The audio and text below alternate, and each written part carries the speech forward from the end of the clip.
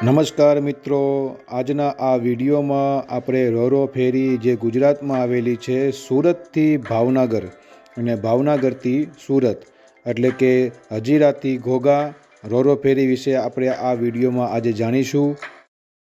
અને ઘોઘાથી પણ હજીરા આ બંને વચ્ચે સમુદ્રની વચ્ચે આ શિપ આ રોરો ફેરી ચાલે છે।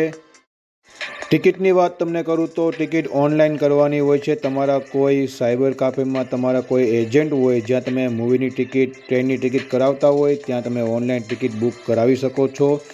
સુરતથી તમારે ભાવનગર જવું હોય એટલે કે હજીરાથી ઘોઘા તો એક વ્યક્તિના 500 રૂપિયા જેવું છે અને ટુ વ્હીલના 300 રૂપિયા અને ફોર વ્હીલના 1200 રૂપિયા।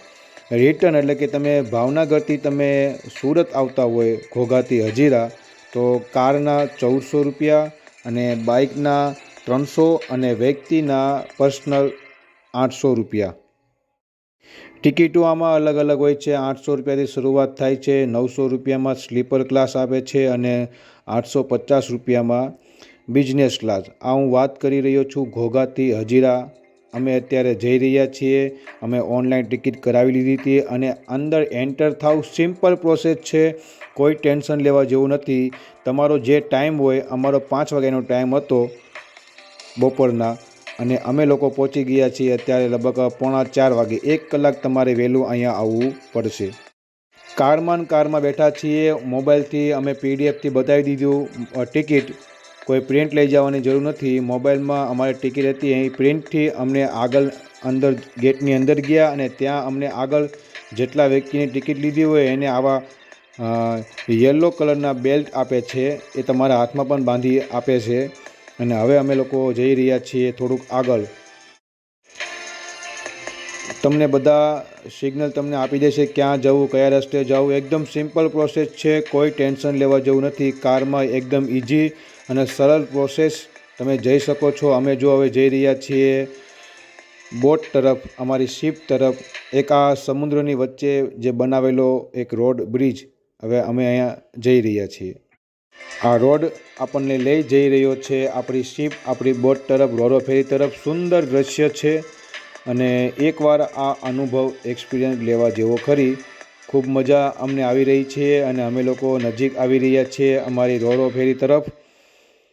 બહારનું જમવાનું અથવા બહારનું ફૂડ લઈ જવાની થોડીક મનાઈ છે। આઈ થિંક અમારા બેગ બી તપાસ કર્યા હતા કે બહારનું જમવાનું અંદર નોટ એલાઉડ છે, પણ થોડુંક સિમ્પલ વસ્તુ તમે કંઈક હોય તો તમે લઈ જઈ શકો છો વાત કરીને અંદર।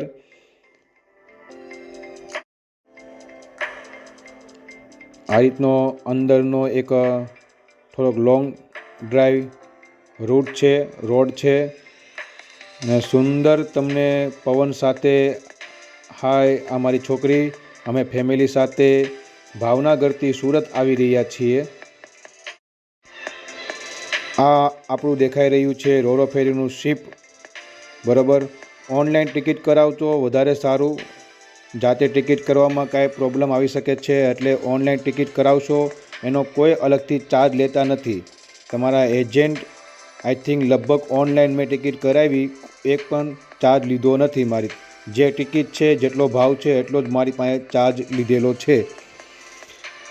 આવી રીતે અંદર જવાનું હોય છે।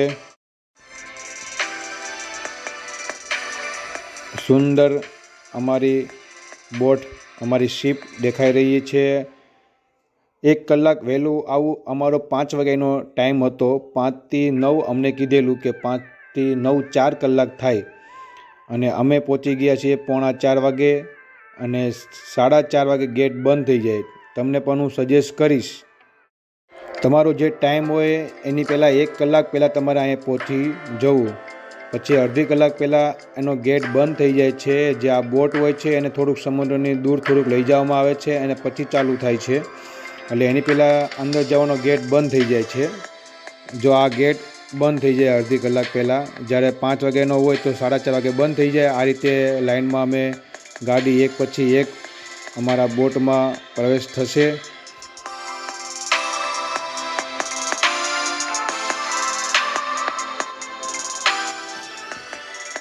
3 જગ્યાએ તમારું ચેકિંગ થાય છે, નોર્મલ ચેકિંગ થાય છે, એટલું બધું ખાસ નહીં. ખાલી વ્યક્તિ અંદર ગણે કેટલા લોકો બેઠા છીએ, કારનો નંબર તમારો તપાસે અને ટિકિટ એકવાર પહેલી વાર જ જોવે છે. આ રીતે બોટની અંદર પણ જઈને પણ એકવાર અંદર થોડાક ઢાલ ઉપર આવી રીતે ગાડી ચડાવવાની રહેશે. સિમ્પલ રસ્તો, સિમ્પલ પ્રોસેસ. જેમ ગાડી આપણને કે એમ પાછળ જવા દેવાની. જો આ વ્હાઇટ કલરની અમારી આગળ જે કાર જાય છે એ ગાડીની પાછળ અમે અમારી કાર એને ફોલો કરીએ છીએ. હવે જો આ રીતે અમે જે રસ્તા પર આવ્યા, જ્યાં કાર અમે ઉપર ચડાવી ત્યાં અમે આ વ્હાઇટ કલરની કારને ફોલો કરી. જો ત્યાં પેલા ભાઈએ ત્યાં એની ગાડી સ્ટોપ કરી દીધી અને અમારી ગાડી પણ અહીંયા સ્ટોપ કરવાનું અમને કહી દીધું. થોડીક નજીક ગાડી પાર્કિંગ થાય છે. હવે અહીંયા જ આપણે ગાડી મૂકી દેવાની, હેન્ડબ્રેક ચડાવી દેવાની અને અમે લોકો અમારી કારથી નીચે ઉતરી ગયા છીએ. નોર્મલ જે તમારે સામાન સાથે લેવાનો હોય એ તમે લઈ લેજો. આ જગ્યા પર તમને પાછા આવવા નહીં દે.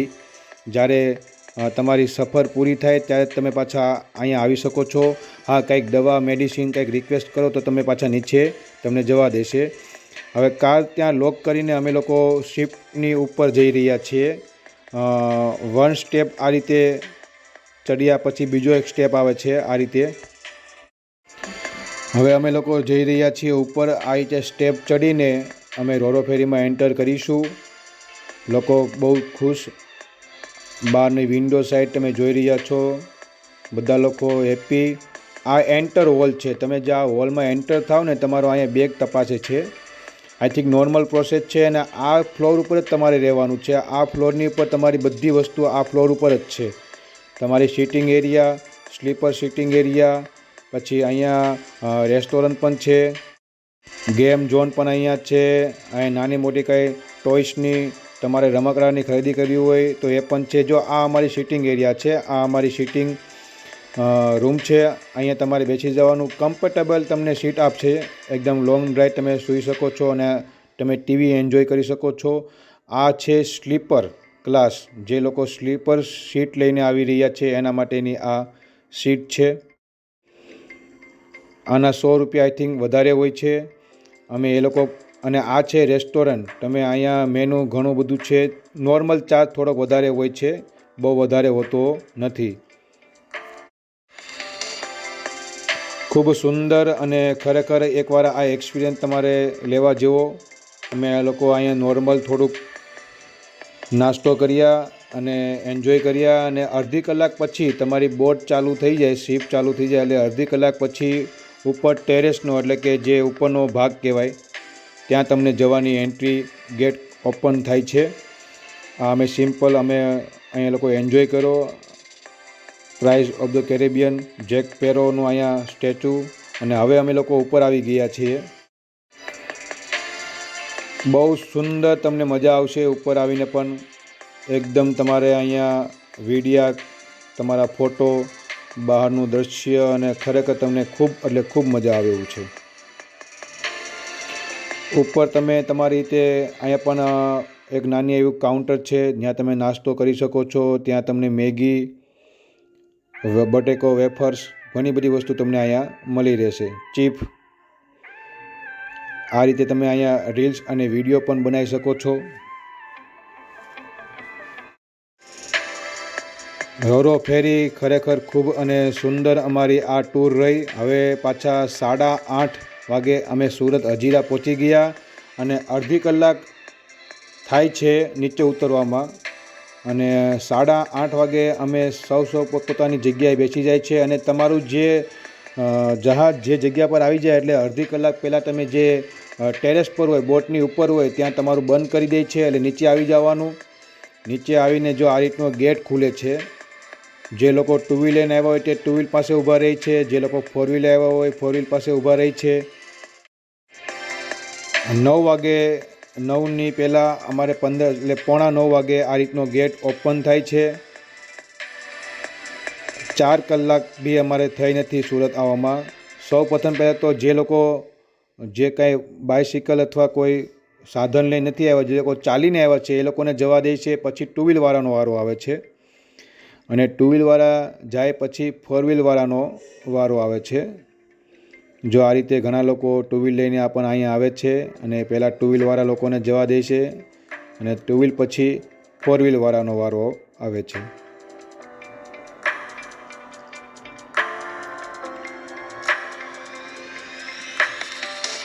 હવે અમારો વારો બી ચાલુ થઈ ગયો છે અને અમે લોકો પણ જો આ રીતે નીચે આવી રહ્યા છીએ. સિમ્પલ પ્રોસેસ, કોઈ ટેન્શન લેવા જેવું નથી. તમે અહીંયા બિલકુલ આવી શકો છો. તમારે સમય પણ ઘણો ઓછો થાય છે. સૌરાષ્ટ્ર બાજુ જવું હોય અથવા ત્યાંથી સુરત બાજુ આવવું હોય તમારે. હજીરા અમે પહોંચી ગયા છીએ અને હવે પાછા અમે જઈ રહ્યા છીએ અમારા ઘર તરફ. સુંદર ટ્રીપ રહી અમારી અને તમે લોકોને પણ હું સજેસ્ટ કરીશ કે એકવાર આ અનુભવ લેવા જેવો ખરી. તમારે જે જગ્યાએ જવું છે ત્યાં સમય ઓછો તમારો થશે અને ખરેખર તમને પણ અહીંયા આ બોટ ઉપર, આ શિપ પર ઘણી મજા આવશે.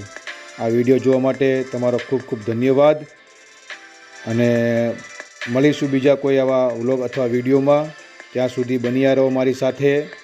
આ ચેનલને સબસ્ક્રાઈબ કરો, શેર કરો અને બની શકે તો કોમેન્ટ કરજો સારી સારી. જય માતાજી, હર હર મહાદેવ. મળીએ બીજા વિડીયોમાં.